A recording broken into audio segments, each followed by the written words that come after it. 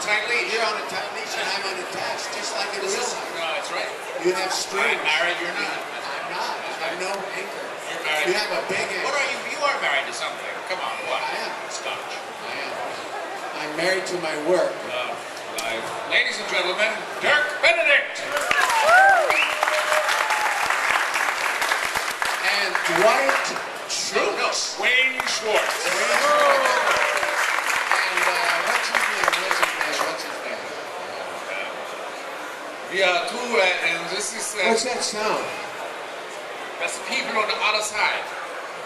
Could we quiet them down? Could you go out and have them be quiet? We're trying to have them.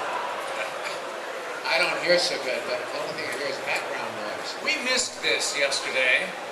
We want to apologize. We want to apologize again for what happened yesterday, and we want to open the floor to questions. I should know his name. He's been standing in front of our table for 2 days. He's been getting all my tips on how to, you know what. As I told you, I have been a fan of the A-Team since I was 8 years old. And, but according to my mom, I was too young at that age to watch the show. So my question is, was she right? What would you say to her? Well, is your mom here? I don't think so. Dirk was... I think she was too old for this show. Yeah. No, she was wrong. Your mother was wrong. Dead wrong. 8 was the perfect age. We were making it for 8 years old. The 8-year-olds. It's true. We were basically 8 years old when we did it. It was built for the 8-year-old mind. And it was built for everyone. Yeah.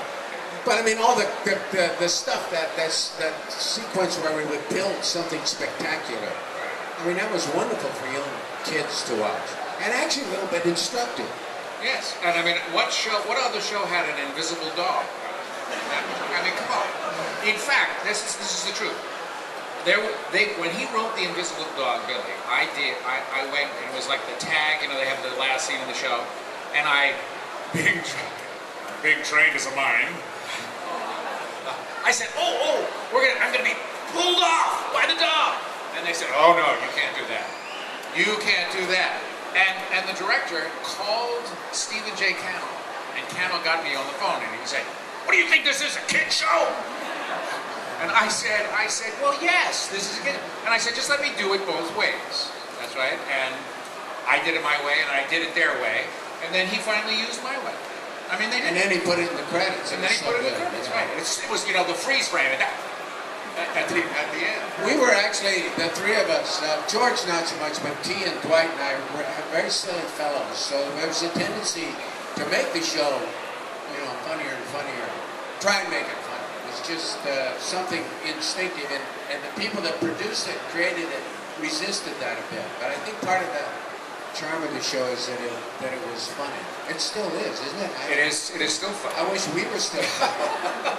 You know, I wish we were still charming. I wish we were young. In fact, you know, I'm a little frightened. Why are you standing like this? I'm a little frightened of the term freeze frame. Will you be more comfortable if I get over to the wall? That's right. Dueling microphones. That's right. You know, and actually, it really, you finally realize that the film is going to last longer than you are. So yes, does that hurt you when I say that? We're all. I mean, Stephen J. Cannell just passed away.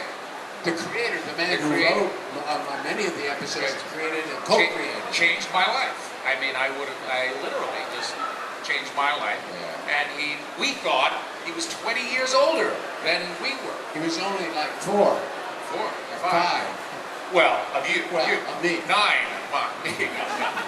No, a little bit. He was just a little bit older. Yeah. But I always looked at him as a adult because he had a mortgage, he had a wife, he had kids, he had tons of money. He went to work every day. He worked hard. He was so disciplined. I was still chasing girls and being a kid. Yeah. I wasn't grown up. He was an adult. He also looked very good. You ever know him at the end of the typing and flicking the thing? He was married for 45 years. 45 years. He was married for 45 years. So he was high school sweetheart. On Hollywood. He was atypical. He hired actors that nobody else would hire. He moved out of Hollywood, didn't follow the rules. And then he finally really moved out of Hollywood and created a studio up in Vancouver, Canada. And everybody followed him. I mean, he was ahead of the game. I know, I followed him. I kept outside his house for years. Steve, We never worked for him again. We never had another. Okay, that was one question. I have a question for Dirk. How did you end up in the new A-Team film? Were you approached and did you audition for the cameo? I didn't know I was in it. Am I in it? Have you stuck around to the bitter end and you saw Dwight and I do our shtick?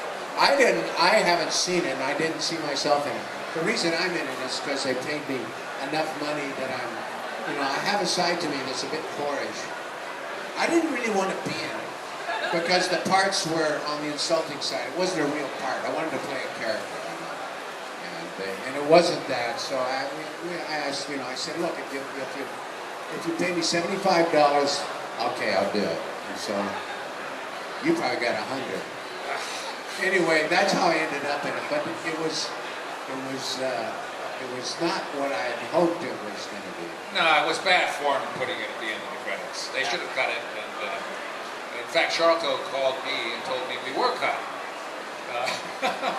Dirk was very relieved. He called me and told me, I said, well, it's a win-win. We got paid and we're not in it. Because it wasn't fair to the fans, and I think they did it so they could say that, oh, the original cast is in it. And then why would you put it so far at the end that, you have to go to the restroom and come back before it finally comes on? That's right. But anyway. Oh, well, but, yeah, anyway.